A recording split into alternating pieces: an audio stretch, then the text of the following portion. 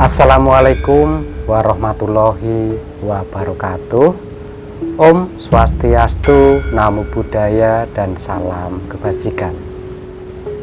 Apa kabar sedulurku? Sedulurku, saya Mbah Budi Nusae mengucapkan banyak terima kasih atas kehadiran sedulur semua yang dengan senang hati menyimak kajian saya ini. Saya doakan semoga sedulur semua diberikan kesehatan, keselamatan, rezeki yang melimpah, dan keberkahan hidup.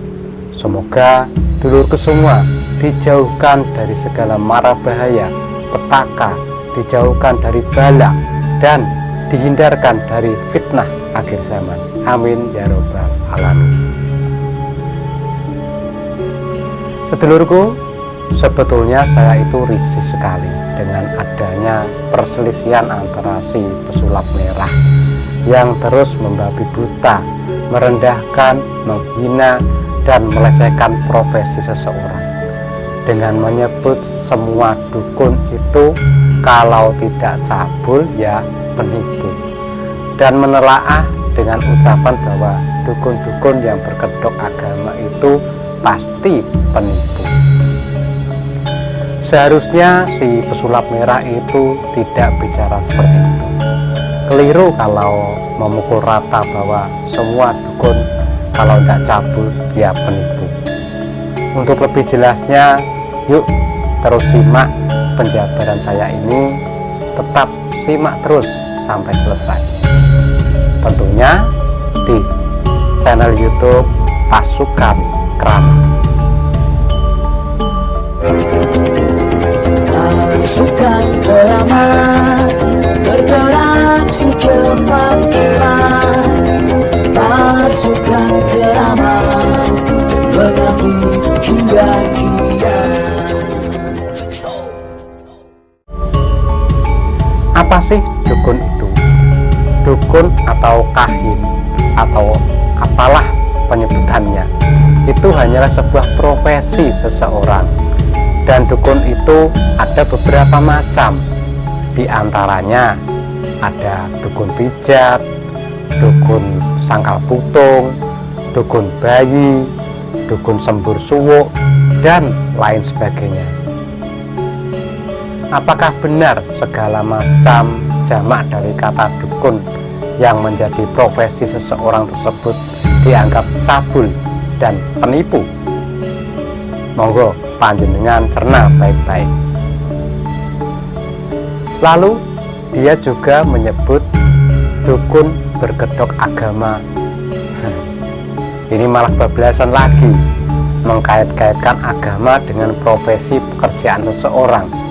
Harap dipahami, pemakaian baju yang beliau-beliau kenakan itu bukannya untuk kedok, tapi mereka sesuaikan dengan amalan ilmu yang mereka amalkan.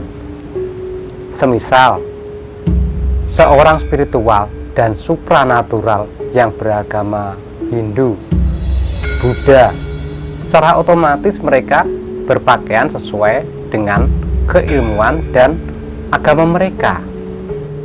Begitu pula pada agama lain, mungkin seperti Katolik, Kristen, Konghucu, secara otomatis mereka berpakaian sesuai dengan kepercayaan agamanya masing-masing. Karena pakaian mereka itu adalah simbol dari kepercayaan agama masing-masing. Begitu pula dengan yang beragama Islam. Secara otomatis mereka mengenakan baju yang sesuai dengan agamanya. Saya kira malah akan jadi lebih aneh lagi apabila seorang ahli ilmu spiritual atau supranatural yang beragama Islam, dia memakai pakaian yang tidak sesuai dengan agamanya. Betul apa tidak? Jadi janganlah asal bicara. Ingat, ucapan yang sudah terlontar dari mulut tidak bisa ditarik kembali dan akan menjadi fitnah yang terus beranak pinang meski kita sudah mati. Hati-hati, jangan asal nyeplos dengan ucapan kita kalau tidak ingin kita celaka dunia akhirat. Misalnya lagi dukun atau paranormal yang memiliki keyakinan semisal kejawen, ilmu Kalimantan, ilmu Bali, dan lain sebagainya. Secara otomatis mereka pun memakai pakaian ciri khas adat masing-masing. Pertanyaan saya, apakah ada yang salah dari cara berpakaian mereka? Kalau saya pribadi menyatakan mereka tidak salah dan sudah benar adanya.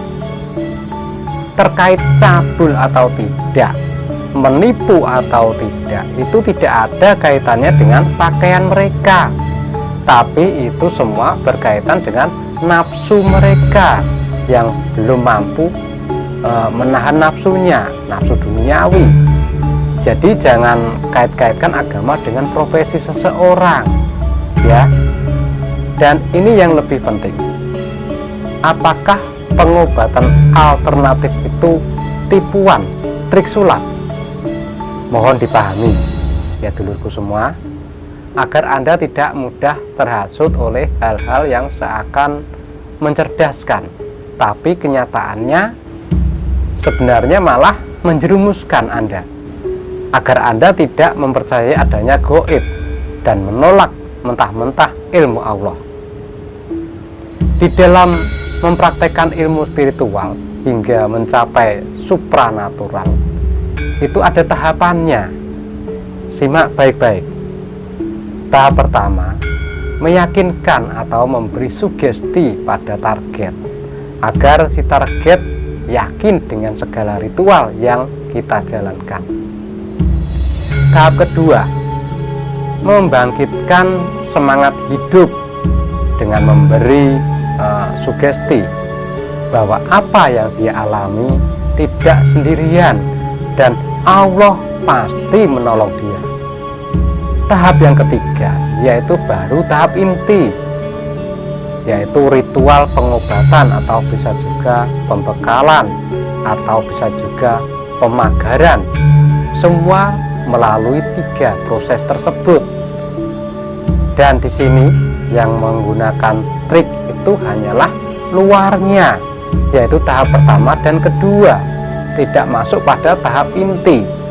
Jadi mau itu trik sulap, mau itu hipnotis, mau itu dengan cerita dan lain-lain, bagi saya itu sah-sah saja, karena tidaklah mungkin kita mau mengobati seseorang tanpa melalui tahapan.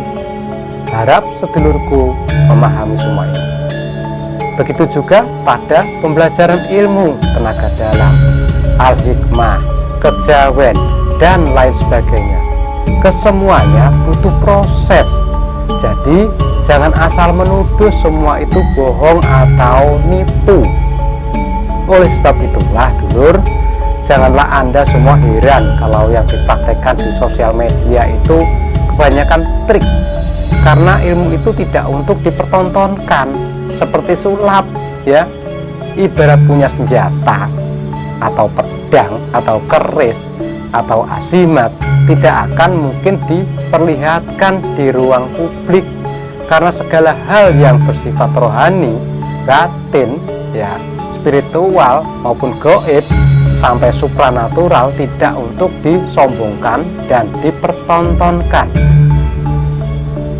Lagian ya dulur, namanya YouTuber itu segala aktivitas yang bersifat pertunjukan itu hanya sebuah tontonan, terkecuali kajian ilmu, edukasi, dan pembelajaran seperti channel ini. Mohon maaf pada si pesulap merah, ada tantangan nih buat Anda. Tolong sampean bongkar trik-trik para koruptor, sampean lawan mereka yang sudah menyengsarakan rakyat, supaya rakyat tidak hanya Anda jadikan penonton yang Anda manfaatkan sebagai pundi-pundi penghasilan YouTube Anda. Coba Anda sejahterakan rakyat, beri bantuan rakyat seperti Gus Samsudin yang selalu memberi manfaat pada masyarakat. Jangan sekedar mencari keuntungan tapi bagikan keuntunganmu untuk fakir miskin. Oke, semoga sedulurku paham. Itulah penjelasan saya. Semoga dengan adanya penjelasan ini, saudaraku bisa membedakan mana tontonan dan mana yang tuntunan. Sekian kajian dari saya, semoga bermanfaat. Wassalamualaikum warahmatullahi wabarakatuh.